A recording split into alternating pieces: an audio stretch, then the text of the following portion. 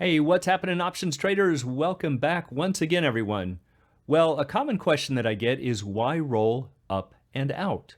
There's actually a lot of different types of rolls we can do, but one that you hear a lot is up and out. What does it mean and why would you do it? Well, let's go find out. And as always, before we do, please be sure to click like and subscribe. It goes a long way into promoting the channel and is always very much appreciated. So these terms, these rolling terms, are all derived from the quote board. So on a typical broker's platform, you're going to see your option expirations across the top. You'll see your strikes on the vertical going this way. So if we are rolling within a given strike or a given row, but we're just changing the date, let's say we're rolling from March to January, that's rolling in. If we're rolling to a longer dated option, let's say from March to May, that's rolling out. Now again, that's keeping the strike the same. So if we're rolling from the March 90 to the January 90, that's rolling in. Or from the March 90 to the May 90, that's rolling out. We're staying in the same row. However, if we're doing a different strike, but we're staying in the same expiration or the same column, then we're going to use the terms up and down. So let's say we have the January $100 call, but we want to roll it to the 110. Well, that's a higher number, so that's rolling up.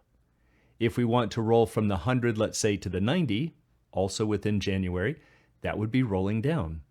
So notice that we've reserved the terms in and out when referring to time, but we use the terms up and down when referring to strikes. So now you can see where all of the different combinations come in. We could be rolling up and in, up and out, down and in, and down and out. But again, for this video, we're just focusing on up and out. So why would traders do this?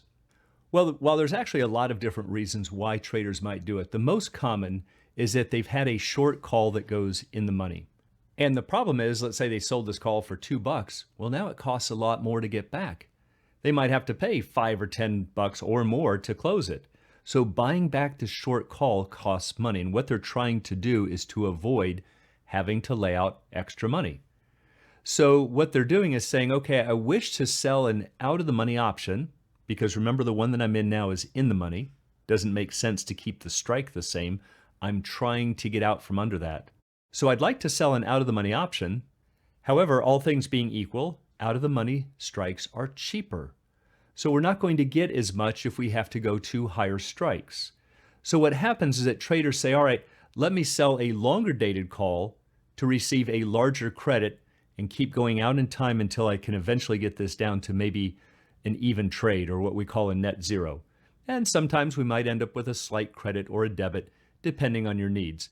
But the basic idea is that they're just trying to roll out in time until they can whittle this cost down to virtually nothing. So for example, let's say that we have a covered call. You buy shares for $100, you sell the at the money $100 call, let's say for $350. So this is the risk graph. As we always point out, we get a bend right there at our strike of 100. Max gain is right there at 350 because this is an at the money option. That's the most you're ever going to make. So that's the maximum gain is 350. But now let's say we get to expiration and the stock is up here at 105.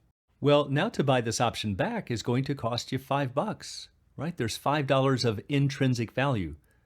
So they sold it for 350 and they have to pay 5 to close it out. Now, of course, we know that's not really a loss because that's just cash. It's just intrinsic value. But the point is they're just trying to conserve their cash. They don't want to have to lay out another $5 or another $500. So what do? Well, they look at their quote board and they might say, okay, if I roll out to January for an at the money, there's the 350 that we typically get, but I'd like to go to the 105 strike because that's where the stock is now. Well, if I go to the January 105, it's only $1.57. And see, I've got to pay $5. So I might say, well, let me roll out to Feb. What can I get there? Well, that's $286. What about March? I can get $391. April, I can get $481. That's pretty close to the $5. So I might decide to roll out to April and pay the 19-cent debit. Or if I really am bent on getting a credit, I would have to go out to May. So I would buy back the current option for 5, but I could sell this one for 560. And that is why we would roll up from the 100 to the 105 and out to May. It's because we're trying to recoup that $5 cost to close out that short option. Now, keep in mind, this doesn't come for free because, yeah, the current stock price is here at 105, but we're now holding this until May. That's another 5 months away, which is giving the stock much longer to drift potentially even higher. So there's a lot of reasons why traders will use these strategies. There are, in some cases, better ways to approach this. But for right now, I just wanted to at least address the question, why would you roll up and out? So the basic idea is that traders have written a short call that has gone in the money, and they're just trying to recoup some of that money by going to a higher strike, but also going further out in time. And that's the main reason why traders roll up and out. And for anyone who'd like to learn more about the art and science of options trading, please check out the Alpha Trader course, Strategy Lab, and a technical analysis course. It's all at optionsatoz.com.